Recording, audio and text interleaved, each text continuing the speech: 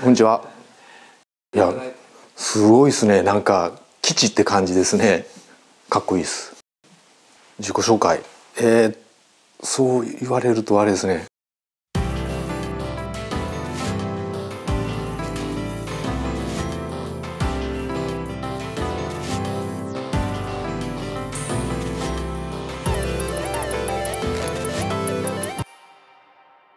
高校卒業して次の、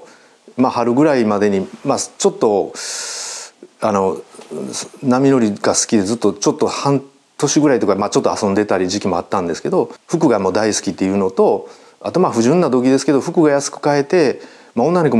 にもモテるんちゃうかというそういう動機で心斎橋に当時バルっていうビルがあったファッションビルがあったんですけど、でそこの直営の販売部というところに、運よく就職できましたんで、売り場で、デザイナーズブランド、キャラクターブランドですねの売り場で立つとこからキャリアがスタートしてるっていう感じなんですけど、服飾に入って今年で40年目なんですけども、独立して1996年に独立してるんで何年や27、8年かぐらいずっとジーパンだけじゃないですけど、デニムウェアというかカジュアルウェアの縫製、製造販売をやってる会社をやってます。たまたまです。2001年ぐらいの話なんですけど、僕なんか加工じゃないジーンズの雑誌に載せていただけたんですよね。でその雑誌が出て少ししてからある会社から電話がかかってきて、で幼児山本と申しますとの企画の方から電話いただいて、で次のそのコレクションパリコレでそういう、僕の技術というか、その色を落とすマジックウォッシュっていうものを取り入れてたものを発表したんやっていうお話をいただいたんで。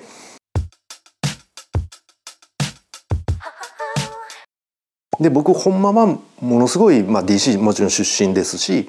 で幼児山本はむちゃくちゃ好きなブランドやったんですよ。ですんで僕、メンズビギにいましたけど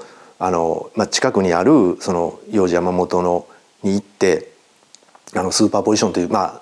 なぎ谷にねめっちゃかっこいいお店があったんですよ。でそこで物を買ったりしてて、休みの日はその幼児山本の服着たりもしてたんですけど、ただ一応「知ってます」っていうのも言いづらく「何ですか?」ぐらいのちょっと生きってしまって、でそこからいろいろサンプル送ってくれって言うんですけど、で僕やっぱりそこでもまたちょっと噛んでしまって、何なんでしょうね、僕性格悪いんかなって自分でも今思うんですけど、結局何いきなりそんなやって言ってきて電話かけてきていきなりサンプル送るってそんなやついてますってお宅誰かも僕知らんのですよみたいな、言えばもっともなんですけど、でやっぱりそういうやり取りの中でじゃあやっぱり普通さっき来るのがあれちゃうのぐらいのね生意気にそんなこと言ってたんですけど、それは一応置いといて、一応じゃあやるなら一応送ってきたらっていうことで、これをじゃあ色落としてもらわれへんかみたいな、でそういうやり取りを何回かやってたんですけど、そのコレクションの前にやっぱりコレクションって僕ら凡人なんでよくわからないですけど、やっぱりどこかで方向転換というか、最初に大きな方向性が決まってその中で進んでいくんですけど、それがやっぱ途中でこっちの方向はやめやみたいなねことにやっぱなったんやと思うんです。それで急に今回ちょっとジーパンなくなりましたっていうことになったんで、僕ちょっとでも塗っただけのもので出したいっていうふうに、真逆の話になったんですね。でやっぱりちょっとそれはちょっといくらなんでもないんちゃうんかなというので、またそこでもうちょっと文句言ってしまいまして、でその時に企画部の部長さんからすごい丁寧なお手紙というかをいただいたんですよね。あれメールかな、メールやったかな、ちょっとそこもううろ覚えですけど、でとにかくじゃあ申し訳ないっていうことできっちりした方が対応に出てきてくださったんで、それでじゃあその次のシーズンはなんか絶対考えてやりますからみたいな話をいただけたんで、そこで初めて「いや僕実はファンやったんですよ」みたいなことで、そこから一回東京行く時に「じゃあ一回ちょっと顔出させてもらいますね」っていうとこから始まってます。これ用事ですね。Y3 でもなくて。わあ、めっちゃ懐かしいけど僕ほとんど覚えてないですよ、古すぎて。いやでもこれはもうもちろんうちがやってる生地ですし、これもねだからね生地も別注なんですよ。別注してた生地なんですよね。Y3 ね、これもうすごいですよね。はい。だからちょうどこれもう Y3 のこれ一発目かな二発目かどっちかです。でね、これはやっぱり最初僕もお話しいただいた時に言ったらそのブランド名も決まってない時にから僕こんなんやるからっていうことで聞かせていただいてて、で実際にパリでお披露目、この Y3 というブランドになってそのパリでまずお披露目のそのファッションショーをやったんですね。でその時に一応僕も行かせていただいてとかやったんですけど、すごいですよね。はい。それを目の当たりにできたっていうのもありますし、でしょうもない話というか、僕もともとDC 出身で実は恥ずかしい話なんですけどモデル、ファッションモデルになりたいって思ってたんですよ。でそのモデルのそういうところの応募のやつ見たら身長178センチからって書いてたんですね。で僕177.5やったんですよ。で僕なんかそんなとこだけ変にクソ真面目に「うわ俺5ミリ足らんからあかんわ」って思ってた経緯があるんで、それが洋二さんとお付き合いさせてもらうようになって、でパリ行ってそのファッションショーを僕も実際に見させていただける機会があるわけじゃないですか。で僕がさせていただいた仕事のやつがランウェイを歩くわけですよね。俺はもうこれほどのもう幸せはないなと。やっぱりそれをさっそうとねこういうのを履いてモデルさんがバーンって行くわけじゃないですか。それはすごい感動でしたよね。だからそうですよね、僕も一番最初これ長すぎるんちゃうのって思ってて、いや裾何センチか言ってくれたらそれでちゃんとカットして裾上げしますけどっていうことを言ってたんですけど、このままでいいっていうことやったんでと思ってたんですよ。そしたらなんとまま折り返してランウェイ歩いてるじゃないですか。あれ見た時に僕はそれでビビりました。もうありえないですもん。かっこよかったですね。はい。ただやっぱり舞台裏というかそのやっぱり苦しさっていうかね、みんなそのスタッフアトリエのスタッフとかいろんな関わってはる人のそういう裏舞台をもやっぱりまざまざと見させていただいて、やっぱりすごい世界です。世界であそこまで上り詰めていくっていう裏にどれだけの努力とやっぱりみんなの一丸となってね向いていくっていうその力結集してるっていうのはやっぱりすっごい感じます。そうですね、サンプルの量もすごいですけど、やっぱりサンプルになる前生地のテストの時点からで、うちの場合やったら別に生地をテストするって言ってもいろんな同じ生地でもいろんな加工のやり方があるわけじゃないですか。だからやっぱりもうそこはもうすごい量やっていきますよね。それが言えばその生地自体も言えば薄くもできますし濃いままもできますし、だからやっぱそういうのをやっぱりコレクションによっていろいろ作り分けていってご提案させてもらってっていうのがありますから、今ですねだから2001年からですんで22年23年。そうですね、コレクションのラインに入る時と展示会の方だけの時があるんで、コレクションの方で声かけていただいたシーズンっていうのはもうすごいです。大変です。もうそれはもう僕らはもうできる限りのことする以外はもうできないんで、ですけどやっぱりスタッフの方はもう大変ですよ。はい。いやそれはもうそれこそ20何年前にまあ僕そんなこういう業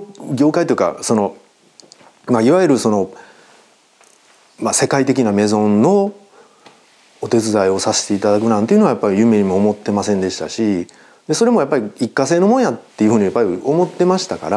ら、もうワンシーズンやったら終わりやろなっていうふうに思ってたんですけど、それがコレクションではずっと続けてはないですけど、展示会の方で販売の方に結構取り入れていただけるようになりましたし、でその中でもやっぱり毎回僕らもいろんなことを大体次こんなんなんか聞かれたらこんなん言おうかなっていうようなね、やっぱアイデアもだんだん貯めていくようにもやっぱなりましたし、そういう意味ではいろんなものに対してこれこういうふうにしたらデニムで作ったら面白いかなとかね、そういうアイデアをやっぱ貯めていけるようにはやっぱなっていきましたから、僕もねそれをちょっと周りの方から聞いたんですけど、それは自信持った方がいいっていうふうに普通幼児山本さんっていうトップのデザイナーの方が何十年も言うたら仕事をして要は出していただけるっていうのは、それだけでやっぱりもう自信にもなってるはずやし、それは自分で自己評価した方がいいよっていうふうに言ってもらえたりするんで、ただねなんかねすぐ僕調子に乗ってまうんで、だからやっぱ調子に乗ったらあかんと思って戒める毎日というかやってるんですけど、まず価値観という意味合いでやっぱり僕らヴィンテージとか、ね、そういうものに対しての憧れというとこからやっぱ入っていってるわけなんですけど、そこで自分がそういうマジックウォッシュっていうものを編み出していく、でそれを突き詰めていく、その中で幼児山本さんとの仕事の中で言えば黒のギャバジンのジャケットに合う色でその黒に合うブルーっていうね、なんて言いますかね、そのコントラストってすごい微妙なわけですよね。だからちょっとでもグリーン味に振ってると、その黒と合わなかったりとか、なんかいろいろやっぱりコントラストのそのグラデーションの中でもやっぱりいろんな色合いがあるんで、やっぱりそこにやっぱりすごく気をつけるようになりましたし、でじゃあかといって汚れてる、要はヴィンテージみたいにやっぱりずっと履き込んだジーパンがダメなのかっていうと、そうでもなくって結局汚しを入れて汚しというか色を染めていったりするんですけど、でその時の色合いによってもそのブルーの表情が変わってきますから、それで汚く見えたりすっきり見えるけどやっぱヴィンテージ風に見えたりとかね、やっぱりそういうところを気にするようになりましたし、でだんだんやっていくともうヴィンテージイコールなんか自分の宝物じゃなくなってきました。それよりもやっぱりコーディネートするっていうことの方がなんか重要やなと、単体で見るものよりもっていう風な形になり、でそれがやっぱりシルエット、じゃあ今度例えば僕が履いてるジーパンでもこれを3サイズ3インチ大きく履いたらまた全然シルエットも変わりますし、出てくる雰囲気っていうのも全く変わってくるんで、だからそういうことの方がなんかすごい楽しくなっていきましたね。結局ジーンズが最終的にされてないのはみんなの努力の結晶なんだなっていうふうに感じたりしますけど、いかがですか？いやそういうふうになんか見てくださってたら僕らもやっぱりめっちゃ嬉しいですし、結局僕ら例えばですけど、幼児山本さんの仕事をさせていただいてます。なんかもっと他のブランドさんからいろんなお声掛けあるんかなっていうのがないんですよ。だからあれこれ全然ないなぐらいの、もしあったとしてもやっぱり同じものはやっぱりやりたくはないですし、やっぱり作り分けというか、もちろん分けてはいきますけども、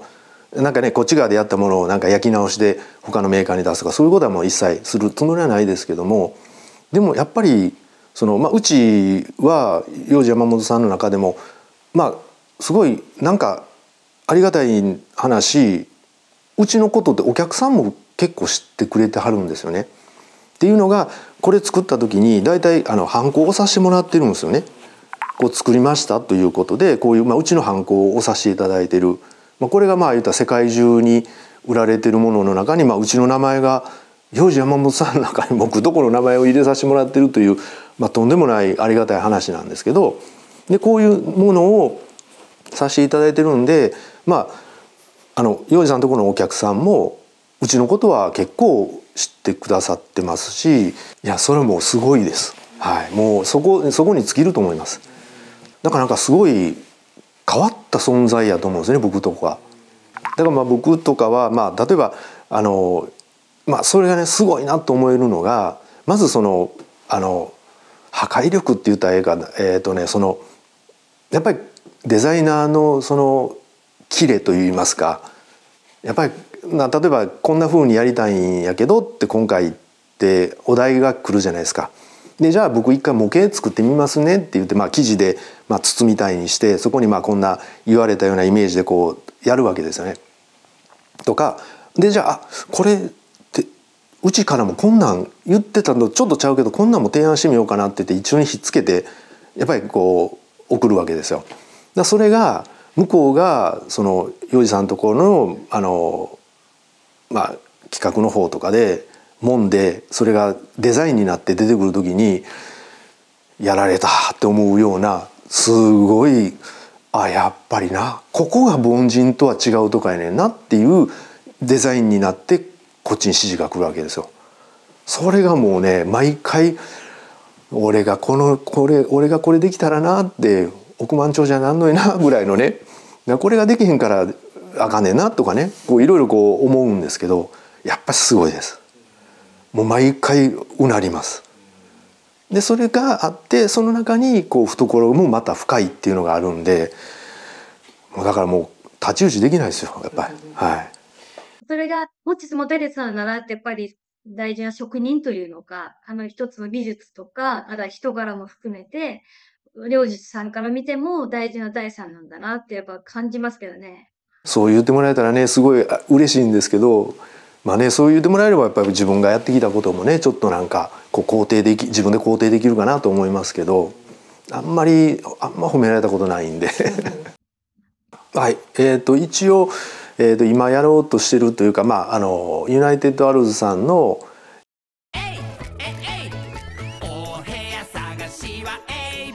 アンビリーバブルお部屋探しはエイブルエイブルお部屋探しはエイブルがワンダフルエイブル今やろうとしてるというかユナイテッドアルズさんの、ソブリンというレーベルで今ちょっと卸を何回かさせていただいてて、でそれで2月に六本木ヒルズでオーダー会というか僕とこからもいろいろちょっとマジックウォッシュを入れるようなものとか、やっぱりソブリンというレーベルなんでやっぱりオーダーとかジャケットとかに合うような綺麗なジーパンというようなくくりでちょっと加工も考えたりとかっていうのをオーダー会を六本木ヒルズとあと2月の終わりから3月でしたっけ3月に大阪のグランフロントでさせていただくっていうことで今進んでいます。はい。いやもうほんまこれもすごいご縁いただいてちょっとワクワクはしてるんですけど、その時どんな格好で行こうかなぐらいのね、そういう単純なすごい楽しみですけど、そういうのもまた楽しんで携われたらいいかなとは思ってますけどね。そうですね、今回もいろいろどっからっていうことでもある方を介して一回ちょっとお声掛けいただいたんで、それで僕としたらどうせって言ったら失礼ですけど多分ネーム替えとかすごいそういう要望がすごいあるんかなというふうに思ってたんですけども、全然うちの僕の考え方っていうのをすごい尊重してくださって、全然ご利用しっていうの5の字もなかったです。それでもだからうちのやつをもう置いてくださるっていう話になったんで、ただ僕としたらやっぱりちょっと量ができないんですよね。やっぱ僕作れる量なんても知れてますから、でその量で逆に一桁違うぞみたいな量やと思うんですけど、でもそれでもいいっていうふうにおっしゃってもらえたんで、それで今回ちょっとさせていただくことになったんですけど、多分今考えているのは、その時ちょっと最終的には変わるかも分かんないですけど、マジックウォッシュ、濃色と単色のジーパンでジャケットに合うようなその色落ちをさせたやつっていうのを、例えば濃色なのか単色なのかでそのお客さんのサイズで採寸して採寸というかそのお客さんのサイズで一回ちょっとフィッティングしていただいて、でそれに持ち帰って僕が作るっていう一本ずつ作っていくっていうようなオーダー感になるとは思うんですけどね。いやね、なんかね、そういう言うたらいろんなところでそうやってさせていただけるっていうのもやっぱりすごい楽しみですし、大事なことかなと思いますんで、はい。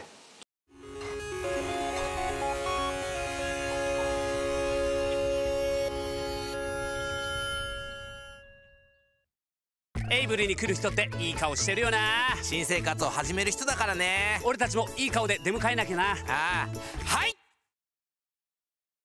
お部屋探しはエイブルに